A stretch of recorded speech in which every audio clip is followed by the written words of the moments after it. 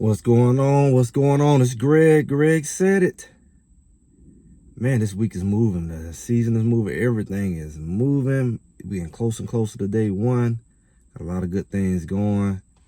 And I'm excited for the season. We got a lot of stuff going on in the world. And football is supposed to be entertaining. It's supposed to be fun. Some people put too much into it. Some people live vicariously through it. Some people hide behind it. But it can be a good thing for the most part. And I don't try to get too deep into it. But hopefully this season does not get thrown off by a lot of nonsense. But we know that is possible. But in the meantime, I got a ticket or two in place. So hopefully this thing goes on. These boys get what they work for. It reminds me of COVID. I remember I watched a documentary. I think it was like Last Chance U, but it was like a basketball version. And the boys, followed them through all the adversity. And they got all the way to like the week of the tournament, NCAA tournament or something like that. And the COVID thing hit literally. I mean, it had already hit other schools and programs were shutting it down. And they got on the bus literally in denial trying to make it to the tournament. And boom. And I think it was like at the junior college level, something like that.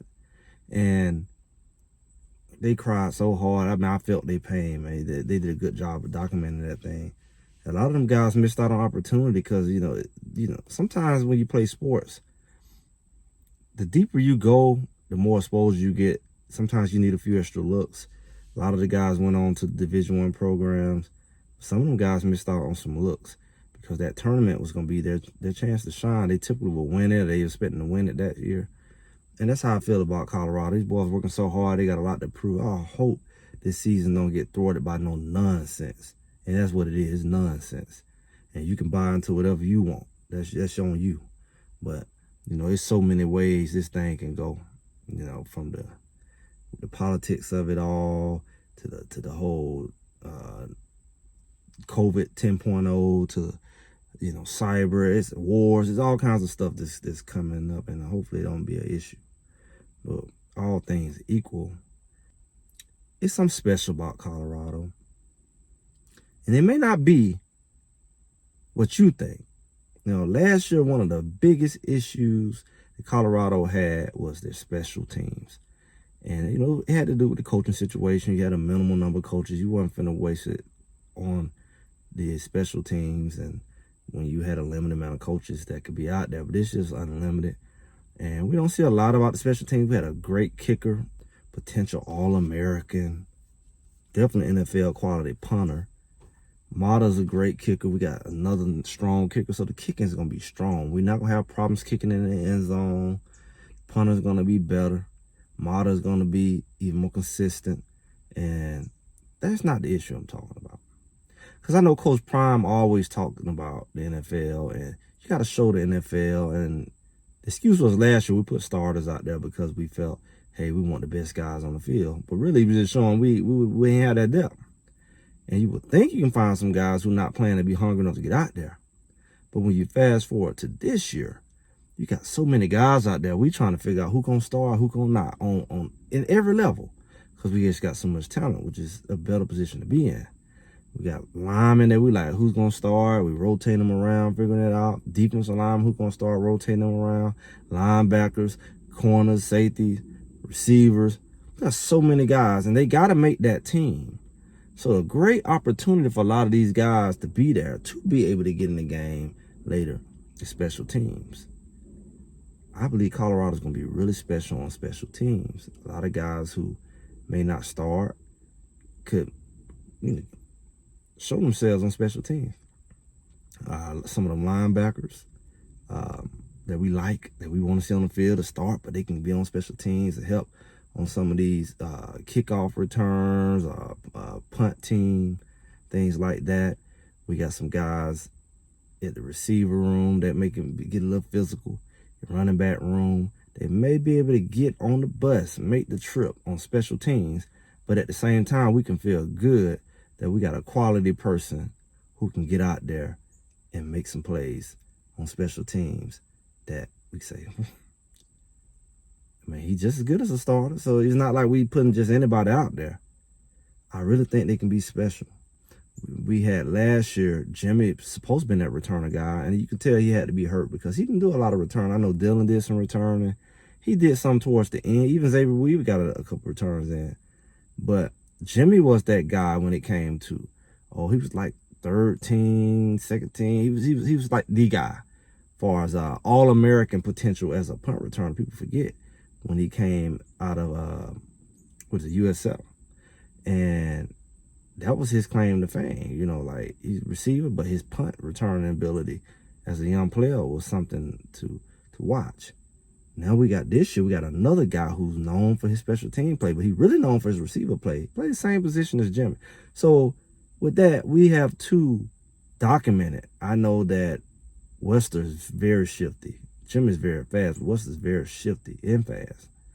And when he get the ball in space, he is a problem. He accelerates, he moves, he covers ground. So it's great to have both of those guys, and it's great because they play the same position. So one can be in the position, and you don't have to rush. You don't have to worry about him coming off his punt team to have to go preserve himself or go right into the slot because the other one can be in there. So he can give it his all, and that's what we can get on especially our punt return game. I don't know if people gonna really give you a chance on the kickoff unless they get a penalty or something. I don't know. But you're rarely gonna get it now because everybody want to kick the ball in the end zone. They don't want you to get a chance to return, especially if you're dangerous. So we got a couple guys that can return that thing. That's not to forget. And we got some young guys that may be the future, the Cam, Michael, and even Draylon, so those young guys as well. So special teams, making big plays, but I really want to see that coverage team on that punt team be strong. So when we do punt, outside of my boy pinning them into the corner, pinning them in the 5, we need some people that really just don't give up big plays on special teams. Don't give up no big punt returns, no big kickoff returns. And that's the biggest thing. And on our punt return team and our kickoff return teams, expect to see some big plays. However, whatever the combination, expect to see some big plays because we got the guys. They're giving them the respect. They had, like I said, LeJontay, I don't know, I can't remember now. The first or second team All-American. Or maybe he was first team All-American, second team receiver, something like that. But he made the All-American list.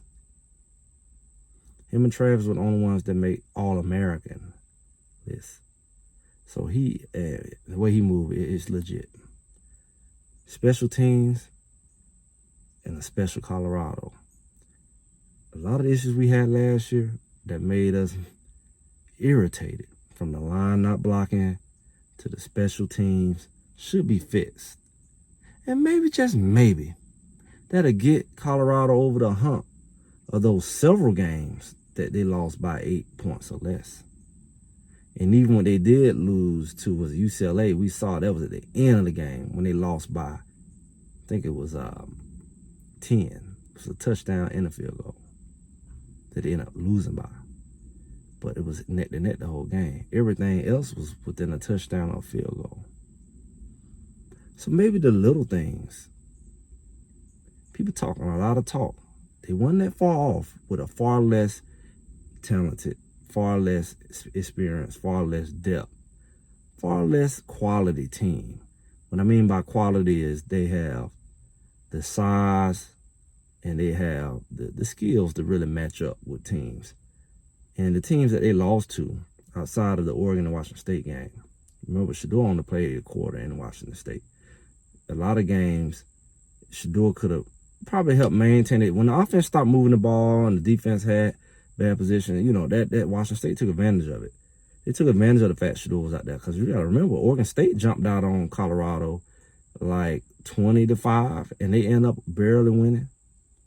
So just because the team jumped out on Shador, that don't mean that if he was in the game that he couldn't have came back on Washington State. It just was a goner.